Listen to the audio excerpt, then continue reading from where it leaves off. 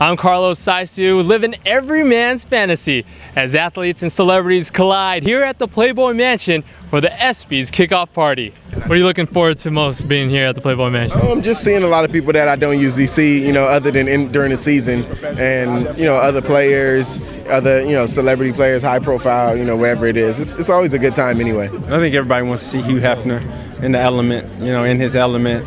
So that's probably the celebrity I'm looking forward to most meeting. I want to see you. I don't need to see nobody. I want to see you.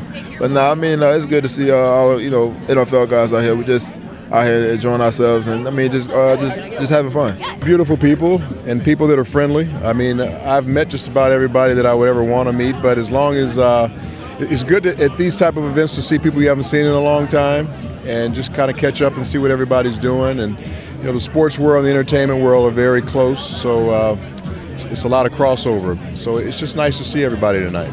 I gotta talk about the fashion statement. You got the bling. Yeah, I like the shoes. I like everything you're doing. I'm fresh, man. I appreciate you, man. All white. The jewelry, the game, fresh, the glasses. I'm at Playboy Mansion. Welcome to California, man. Don't get no better than this, You talk about the glasses.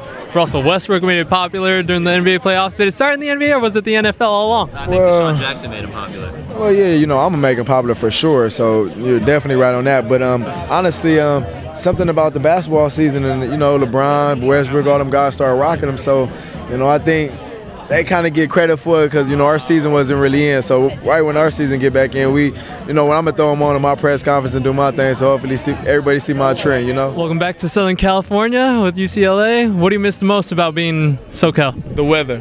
As everybody knows, it's very cold in Milwaukee. It gets very cold, so I mean, you can't beat LA weather. I think I got spoiled going to school here and everything, so it's always good to come back here. And LA is like my home away from home, so I always have a good time. There's nothing like Southern California weather. It's 70 degrees year round. It's been nice in Minnesota, but that winter is right around the corner, so I got to get ready for that. What do you make of this Steve Nash acquisition? Actually, I thought the Nash deal was going to go down last year.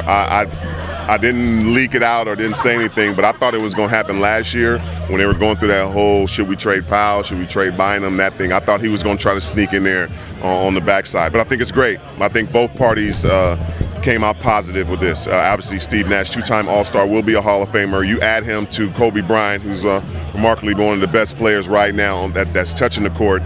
And how do you double and triple team Kobe now when you have a definitely knockdown shooter? I think every time you get a chance to play with Steve Nash, he's such a great playmaker. He makes everybody around him better. And for a great team like the Lakers, it's a great pick. It's obviously going to be really exciting to see what he does with Kobe and that whole team. But it just makes the NBA that much more exciting, and I can't wait to play against him next year. With Nash joining Kobe, what kind of adjustments do you see the two players making? I think Kobe will get a lot more easier points. He's great cutting, slicing, dicing. He knows how to do that. But in his mind, it's a better insurance policy with him having the ball in his hands. But he understands how Steve works and his tricks and his, as soon as defense turn their head, he gets the ball zipping in there. So I think about between 8 to 10 of his points are going to be real easy than they would be when he had to work with 2 or 3 people hanging on him. Lakers always had a good team, and even last year they had a good team. So adding Steve Nash definitely makes them a contender. How's the adjustment been with Buffalo? It's been great. Actually been, welcome well. A lot of the fans, the people. I mean, even my realtor, she took care of me. So a lot of respect to Buffalo. It's been a great welcome there, and I'm looking forward to getting the season on. Who are you most looking forward to playing with? Just a team in general, period. Stevie J, Fred, Jack. I mean, a lot of respectful guys from the defense side. Marcellus. We got a nice little team. So, we looked pretty good in OTA. So it's time to put the pads on so we can really know how we're gonna look. 2012 is gonna be a big year for the Eagles and myself, and training camp's coming very soon. So I'm just ready to get out there and have some fun. How's all the preparation going, especially with a lot of attention now going towards the Jets with Tim Tebow on the squad? Preparation is gonna always stay the same.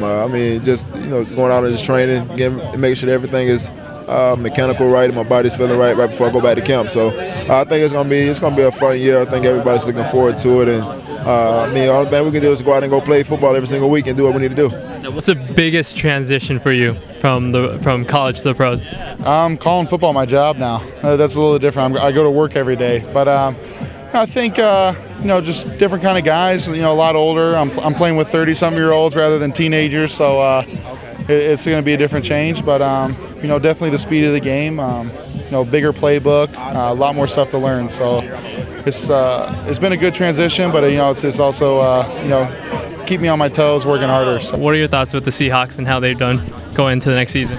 I think that's the biggest hole the Seahawks have to fill, but it's a big hole. It's quarterback. They have 3 guys right now they feel can play, but one of those guys has to step out and become the guy, whether it's Russell Wilson, whether it's Tavares Jackson or Matt Flynn. And that's going to have to happen really quickly in the training camp or the first part of the preseason, so you know who your guy is you're going to battle with once the season starts. So they brought in Matt Flynn to be the starter, but he hasn't really taken over the job, but I think eventually he might be the guy before it's all said and done. But Tavares looks very good right now, and Russell Wilson, for a rookie, has really shown well. So they have 3 guys, which is a good problem sometimes to have, that can play, but you also want to know one of those guys kind of stands out from the other 2.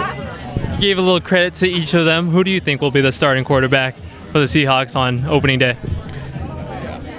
Probably Matt Flynn, just because that's what they brought him in to be. But I wouldn't be surprised if Tavares Jackson starts. I don't think they would start a rookie in Russell Wilson. I think he's got a tremendous future. I think he could be a legitimate backup. But I think either Tavares or Matt Flynn, but Matt Flynn right now just because that's what they brought him in to do.